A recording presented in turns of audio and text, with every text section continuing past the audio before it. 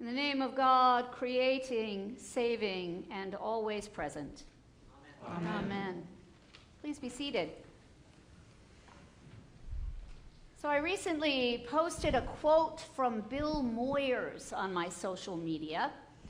The quote was, "To be furious in religion is to be furiously irreligious."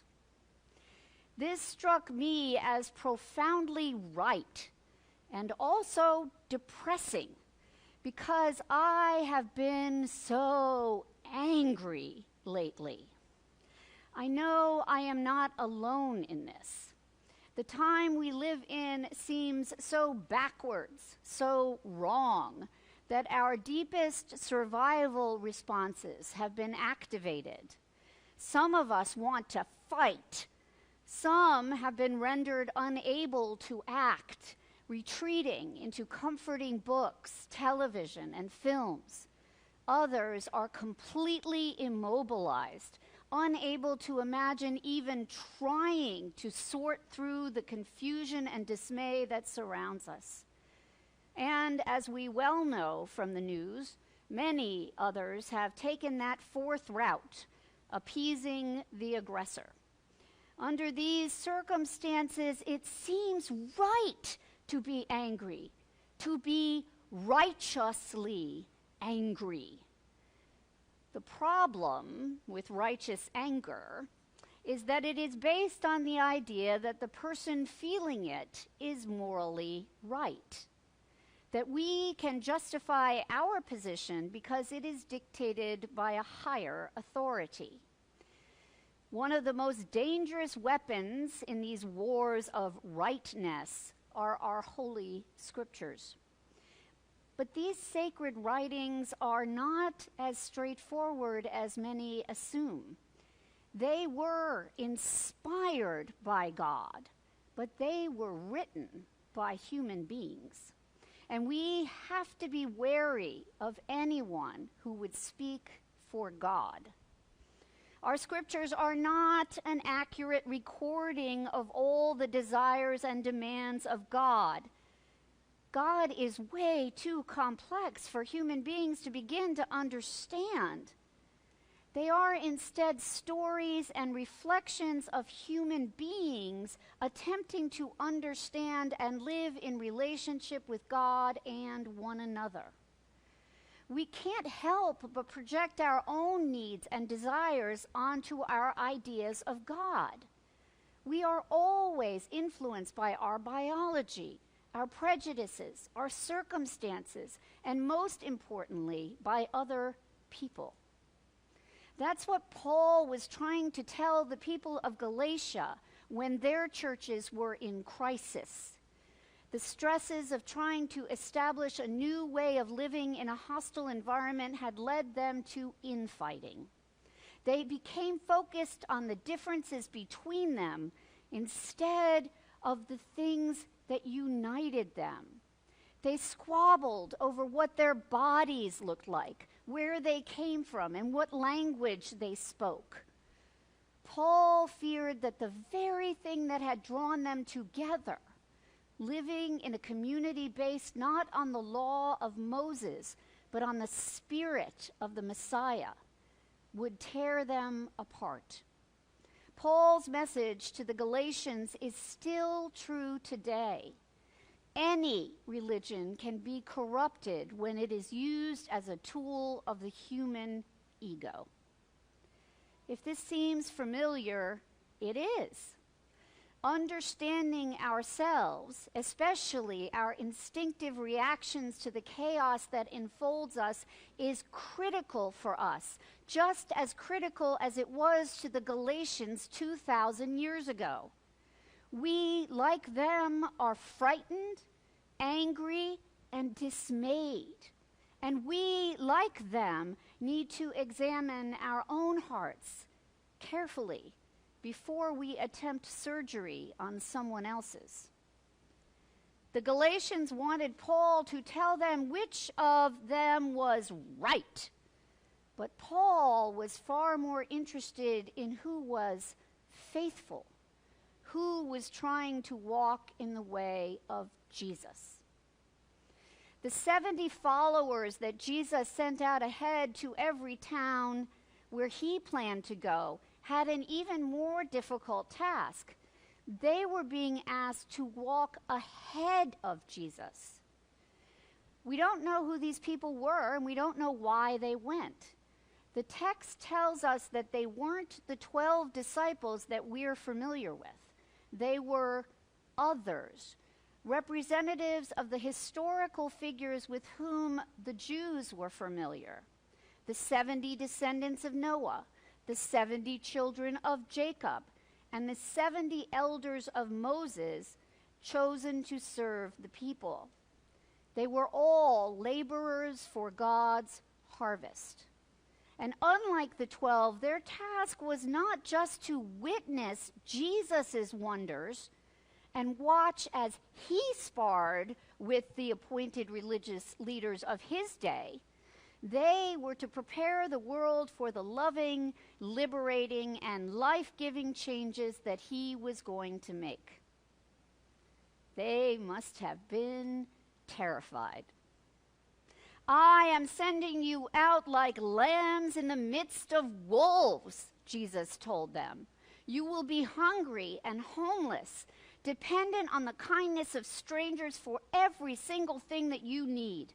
You will be subject to privation, rejection, and potential violence. They didn't have any potions or panaceas or supernatural powers. The only proof of rightness they carried was the apostolic authority of Jesus. The only weapon they wielded was the peace of God. We have the same power and authority, but our obstacles are different. They were not bishops and prophets and priests. They didn't have podcasts or pulpits to preach from. They did not possess any of the trappings of material wealth or power that might impress the people they met. They did not have our advantages. The people who walked away from Jesus with no purse, no bags, no transportation, no reservations, and no assurance that they would even ever come back were not like us, except in two ways. They were afraid of what they had to do, and they really desired to serve their God. Their road was hard, but ours is difficult in a different way, because it is our very privileges that keep us from putting aside our fears and joining the 70 in walking a path of healing and hope. As our presiding Bishop Sean Rowe recently wrote, the Episcopal Church was once the church of the founding fathers and presidents. Today, however, we are known less for the powerful people in our pews than for our resistance to the rising tide of authoritarianism and Christian nationalism emanating from Washington, D.C. When religious institutions like ours enjoy easy coexistence with earthly power, our traditions and inherited systems can become useless for interpreting what is happening around us. But our recent reckoning with the federal government has allowed us to see clearly the ease with which the Protestant tradition of patriotism can lead Christians to regard our faith more as a tool of dominion than a promise of liberation. The reckoning, if we are honest, is long overdue. The history of the church in Nazi Germany is a cautionary tale about how Christians can falter in perilous times.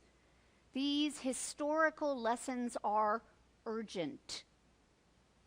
Churches like ours, protected by the First Amendment and practiced in galvanizing people of goodwill, may be some of the last institutions capable of resisting this administration's overreach and recklessness. To do so faithfully, we must see beyond the limitations of our tradition and respond not in partisan terms, but as Christians who seek to practice our faith fully in a free and fair democracy. We did not seek this predicament, but God calls us to place the most vulnerable and marginalized at the center of our common life.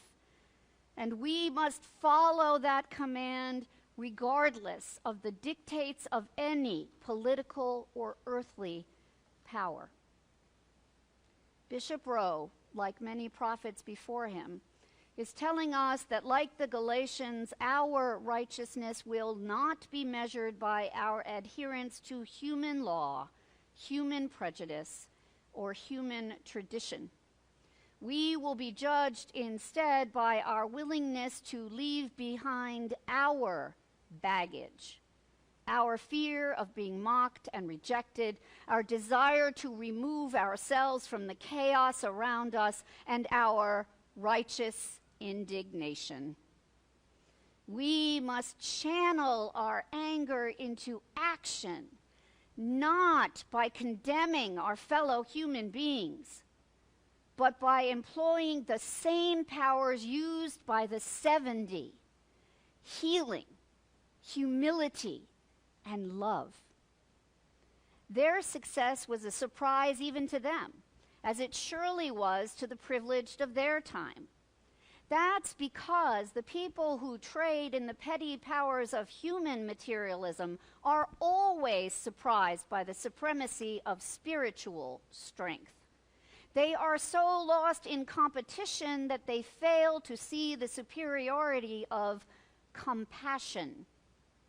Even those who profess to follow Jesus can be led astray by the idea of winning individual salvation, choosing exclusion over inclusion and coercion over community.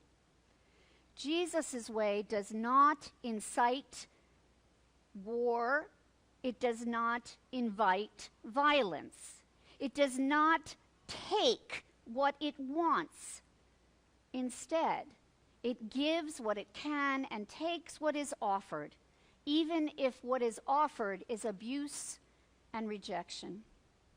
The way of Jesus is not found in demonstrations of wealth, self-congratulation, or anger, but by humility, faith, and love in action.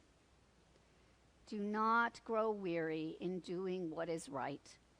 We will reap what we sow, and God has promised that the harvest will be plentiful. Amen.